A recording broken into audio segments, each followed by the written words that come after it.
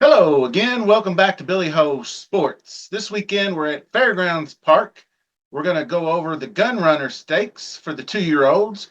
And for the older horses, we have one of my favorites of the year, Tenacious, the Tenacious D Stakes, as I like to call it. If you remember that old HBO skit comedy with Jack Black. Anyway, this year's race for the Gunrunner, kind of a disappointing field. We only had 5 horses. That's why I'm throwing in the Tenacious D with it to give it that extra metal feel to it. So that's good news for us. And it's also good news for you that my channel is free to subscribe to. So hit that subscribe button, you notification bell so you won't miss any action, and smash that like button while you're at it because I know you like the content. So give me a follow.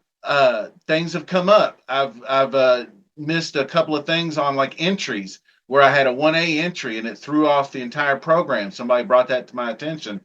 Follow me on X at Billy Ho Sports for any updates to these tickets. It's free content. I like to do it, and I like to help people with handicapping, but I like to make these predictions to see how I do as well. So follow me on X at Billy Ho Sports for any updates, like as far as scratches, changes, because I definitely go back through these multiple times and come up with different theories by the end of the week. So let's get started with the Gunrunner, 8.5 furlongs on the dirt for the 2-year-olds, and we're going to jump right into the past performances and get to it. All righty. So we have the number one built is Wayne Catalano. Corey Lannery rides. This one, a pretty strong maiden breaker second out, denying our number 2 horse, Rendered Judgment, the victory there, running him down there. And Rendered Judgment actually had some trouble in that race, lugging in. We'll talk about that in momentarily. But Built looks like a fairly quality horse, moving up in class. But the poor first route record, Catalano and Corey Lannery, all those combinations don't lead me to believe that this horse is going to be there. So we're going to go to Render Judgment. I mentioned was beaten by the aforementioned horse Built, but down here that was the debut with the CJ Hernandez, not Brian. So right up there in second, lugged in really bad, but was 40-1 long shot. So that was a big run for him. And then came back and broke the maiden the next out. So that goes to tell you, you don't really know what a horse has got until you see a couple times out on the track. So Sired by Blame, solid looking horse, looked better in the maiden win. Did drift in some, but grinded hard. Brian Hernandez did a great job holding him in check, preventing him from lugging in down the stretch by keeping him jerked out to the right as hard as he could. And then he tried the Kentucky Jockey Club next out and finished fifth. But he got too far back in that race on a slow pace, and then tried to close into minus 12, minus 14, trying to close into to a 49.5 mile at Churchill Downs ain't going to get it done. So he was able to get up for fifth late, but he was beaten by First Resort, Jonathan's Way, Tis Tastic, and the horses of that like. But I still like the progress the horse is making for Kenny McPeak. I don't see a future Mystic Dan here by any means, but this horse is coming along okay. So Magnitude is next. Pop Pop. That's Steve Asmussen's horse. Jose Ortiz gets on. So we had T-Gaff, and then we had Eric Asmussen, which Eric, he's him and his brother. People have their own opinions on that. I don't like the nepotism. I think he could find better jockeys. Although Gaff Leone didn't really do him much justice in the Iroquois. So we got Jose Ortiz aboard. Jose Ortiz is hot fire. You can see the 42% rate. He's won 25 races in his last 60 starts. So he's 8 wins in his last 20. over the last week. So Magnitude, that's gonna give him a huge bump. Chris's Revenge has no shot. And then Admiral Dennis, here's your number one prime power rated horse. Louis Saez aboard. Brad Cox is the trainer. Big 91 number, second race out on the maiden, going a mile at Churchill Downs. Big 97 late pace coming home in the stretch after securing the lead by the second call. So that's what we want to see. We want to be able to see because the fairgrounds has a significantly longer stretch drive than most other tracks, which it is similar to Churchill Downs. Churchill Downs is about 1,250 feet. This is off the top of my head, and I believe over 1,300 at Fairgrounds. I think Fairgrounds is about 100 feet longer in the stretch drive from after you make that turn till you get to the finish line. So it's a grind. So we need a horse that can grind, and Admiral Dennis looks the part for Brad Cox and Louis Saez. So to put a bow on that race, I think I'm going to go. I think everybody's going to be like Admiral Dennis is the obvious choice here, but I'm going to go with Render Judgment. I like that he looks like he's actually improved on that lugging in like he had in the first couple of races. That he in the third race he didn't look that bad. I think he's maybe an improving colt. I think he can get there down the stretch. He has a wonderful kick when he's not moving in toward the rail. So Render Judgment on top of Admiral Dennis is very, very close second. But those two, then Magnitude next. I believe that might be your trifecta. And the exacta key box is 2 over the 3.5. So let's jump right into the Tenacious D and get that medal going.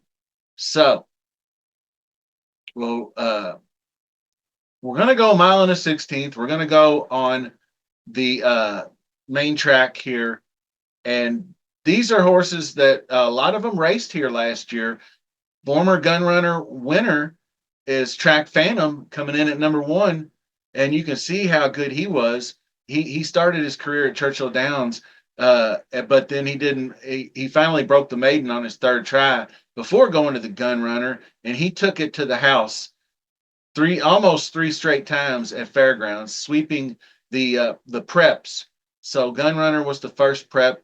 He was able to keep Nash and Sneed on tilt, and then he was able to hold off Nash and Lat Long.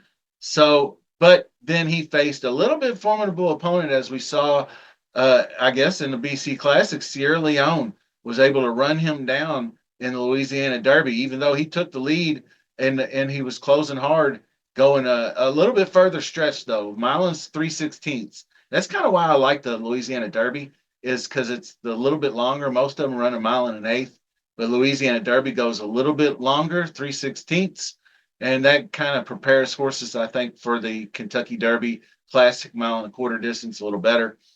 Which Track Phantom didn't fare so well. He took off to the front in the Kentucky Derby, but he couldn't hold.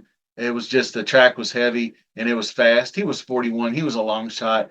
A mile and a quarter, I don't think is his jam as much as it is that 7 furlongs may not be either. Though he came back after the long layoff going into November 9th and was, I thought, a lock to win, but he went off at 3-1 odds, so he wasn't exactly your overwhelming favorite. So everybody didn't think so, but he took that lead down the stretch just like he's done in every race he's run previously that he's won. But he got caught by Horstman down the stretch, so just out kicked late. Maybe he just didn't have that late stamina, first off the layoff, and that was his first Lasix. So maybe he feels the med change second time around. So you got Steve Asmussen, Jose Ortiz, second time Lasix inside post position. I think this horse is going to be a top contender, obviously. Kinetic is a Brad Cox, Louis Saez up and comer. I really like the late pace numbers he runs here. The 106 when he comes home, winning at a mile and an eighth, going 2 turns. Good looking racehorse coming up. So then we have him laying back in third, a few lengths off the leaders, drafting off of them. hit the stretch with power coming home right here. Like I mentioned there, the 96, if he continues to improve, his next number is going to be pushing 100 in this race, and he's going to need to run probably 100, close to it, I think. But Kinetic looks good as a possible value play. He's got a good fit for that long stretch drive. Number 3, Warrior Johnny is an interesting one. He was kind of a long shot when I was out there in I forget, it was in June sometime, but he didn't run so well in the summertime. He won a race. Then they tried him in too many tough spots. I think they ran him in the Whitney, then back to back grade twos, and he just wasn't faring very well. They even dropped him to optional claiming 175, and he still couldn't get there. That was on the turf though, so I'll draw a line through that. Maybe they were just trying to gear him up for the big win here because they run him on the turf and then move him over and use the turf to dirt angle, and then he goes a mile and a 70 at Parks in the turkey trot and gets it done in impressive fashion too. But 90% Maddie was in that field, one other decent horse maybe. So he dropped down to a I'd say at a level he could be really competitive at. Now he's moving back up in class, and Jamie Torres, not a big fan. So I'm not going to use Warrior Johnny here. Confidence game, no shot. Happy American, no shot. Those are my opinions there. Velociter is an interesting one. Gary Schur, David Cohen, not a big percentage winner, but I think maybe he can get underneath. He's pretty decent. He hits the in the money. He's just not winning a lot of races right now. So definitely Shipper, definitely in the money. He's an underneath use for me. He's got a lot of 99s and mid 90s in here, a really good stretch during the summertime. So we're going to trust that. He ran a really solid 97, clear second place behind Skippy Longstocking in the Charlestown Classic. And then he was unable to, he had a little bump and grind problem, got DQ'd to fourth, ran a solid third in the Cornhusker. It wasn't bad, but Red Route 1 was the best that day. So he's competitive, but I don't know if he's quite up with Track Phantom and our next horse, Saudi Crown. And this one is a horse that I really liked, especially when he kind of came onto the scene, missing the late bloomer, missing the Derby Trail last year, came in May after the Derby and won first out at Churchill Downs in a big allowance race. And then jumped into the Dwyer and the Jim Dandy and lost both of those by a nose. He lost a Forte by a nose. And this one never really got the respect the rest of the ones like Archangelo and different horses got. Saudi Crown was one of those. Angel of Empire, Forte, uh, Mage won the Derby. Obviously, he won the Pennsylvania Derby, but he didn't really have any in the Louisiana Grade 3. So, but he was a competitive horse during that late season. Not much in the Breeders' Cup Classic last year or the BC Dirt Mile this year. He was god awful. 58 links. They pulled the ripcord on him before they hit the stretch. I don't know if it was just a lack of, he just got ran off the track. Very concerning though, going a mile at Del Mar for a horse that likes to be out front. So that's why I'm not going to pick him to win this race. I think he can bounce back like he did at the Cowboy Jones at Ellis Park. But he beat horses like Happy American, who I think has no shot. And there was a couple others in that race. So Saudi Crown, I'm going to have to see him regain that form. I think he's going to be underneath the second or third choice. Probably second choice behind Saudi or behind Track Phantom. So Bo Cruz is up next. Ran a big number 99 figure, grade 3 Commonwealth win at Keeneland. After the layoff, he was pulled and eased up here at the Thanksgiving. So I really don't know what to think of him here. I'm not going to use him. Jareth Loveberry. I feel like this one's on kind of on the outside looking in my opinion. So I'm ultimately going to go with Track Phantom for the win here. I like the second time Lasix. I like the switch to Jose Ortiz, and I think he'll use the inside rail uh, to a tactical advantage in this race, and maybe track Saudi Crown in second, or maybe if he can get out to the lead, if he can get through on the rail and get to the first turn somewhere around the lead, He's going to be really tough to beat, saving ground the whole way like that and not getting caught wide or anything around that first turn. So if he can stay on the front, I think he can hold him off down the stretch. Veloci, Velociter has the closing numbers, and he is cutting back. Velociter, I didn't mention that earlier. He's cutting back from a mile and an eighth to a mile and a 16th. So that slight cutback might give him a little bit more juice in the tank coming down the stretch. So I am taking a stand here, taking Track Phantom, and then I do like Saudi Crown. Saudi Crown could roll he like he did last year in the Louisiana. I forget New Orleans Stakes or something like that. He won here last year. But Velociter, I think, is going to be my second choice, closely to Saudi Crown down the stretch. So those three are real tight. I think that's going to be like your trifecta, so to speak. So maybe you could key or an exacta. You can key Track Phantom on top of the Velociter and Saudi Crown underneath, and just double up, triple up on your exacta bet, and go from there. And like I said, the previous race, the Tenacious D, uh, that's all there for you as well.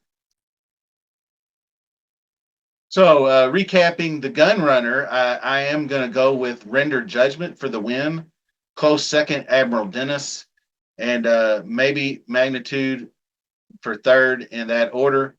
So, Track Phantom, and maybe if there's a daily double to go along with that, you can do the Track Phantom as the former winner of the Gunrunner. I think he comes back to his happy place and gets it done here. So that's all I have for you for these two stakes races. Best of luck. Stay tuned for more content coming very soon, and we'll see you. Thanks for watching.